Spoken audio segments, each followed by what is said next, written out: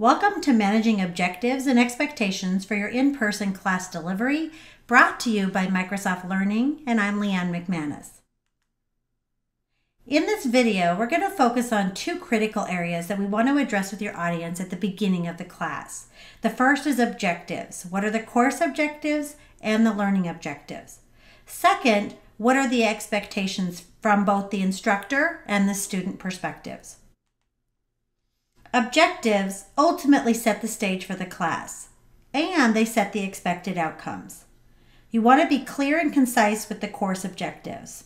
You'll want to address learning outcomes as well, providing learners with specific skills and knowledge they should have at the conclusion of the class. Specifically covering objectives, you want to first understand where are the students at now? What understanding and knowledge do they currently have?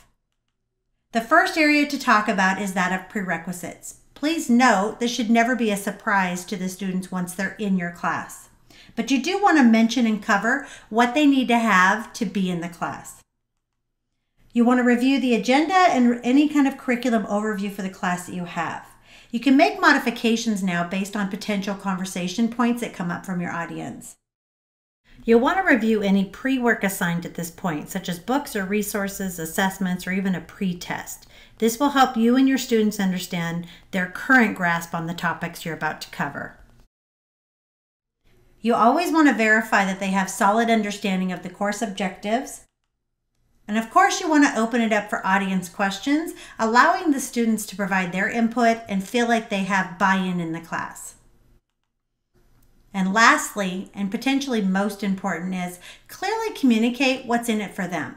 If you want them to have buy-in, you want them to participate, you want it to be interactive, you need to make sure that they understand what they're going to get out of it, what's going to intrigue them in paying close attention and being interactive in your class.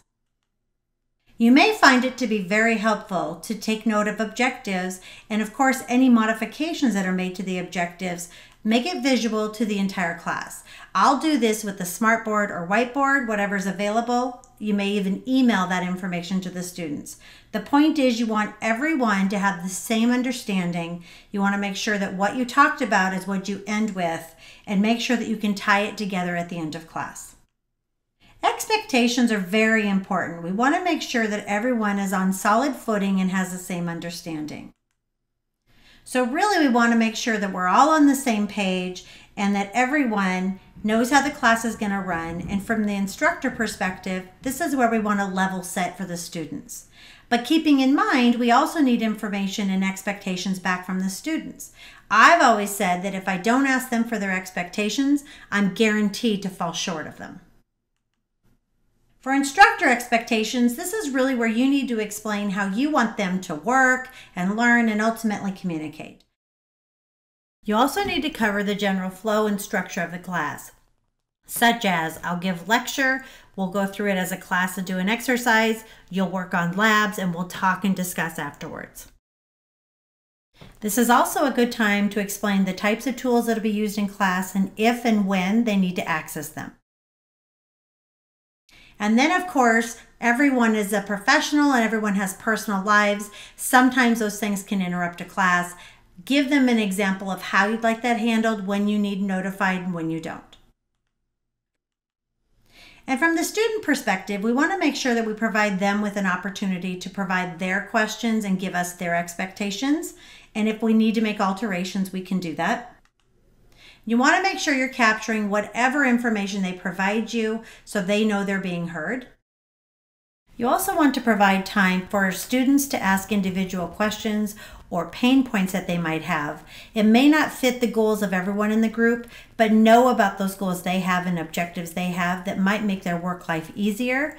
If they learn what they need to, it can be a win that you can bring back together for everyone to learn from in the course. And then lastly, any other special circumstances that may arise. This oftentimes comes down to personal changes in the schedule, or the class needs a different lunchtime. Could be anything. Here's some examples of warning signs from expectations you might have. Know ahead of time, prepare yourself for how you're going to answer and manage things as they arise in class regarding in and out of scope concepts. If you have pet peeves, you need to make sure you express those to the students. You can't get upset with them if you never told them your expectation. And I want to bring up one more time to make sure you're capturing anything that's brought up in class so everyone sees it, including the parking lot details, things that are out of scope. You'll want to make sure you're providing some type of assistance when they offer a concept that's out of scope of the class. You also want to be aware of how you respond to the students' suggestions that are outside of scope. Be sensitive to not be too curt and short.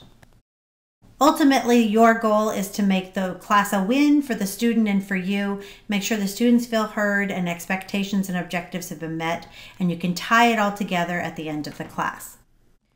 Thank you for watching this video. I hope it provided you with different perspectives on setting objectives and expectations for your class, involving your students throughout the entire class cycle.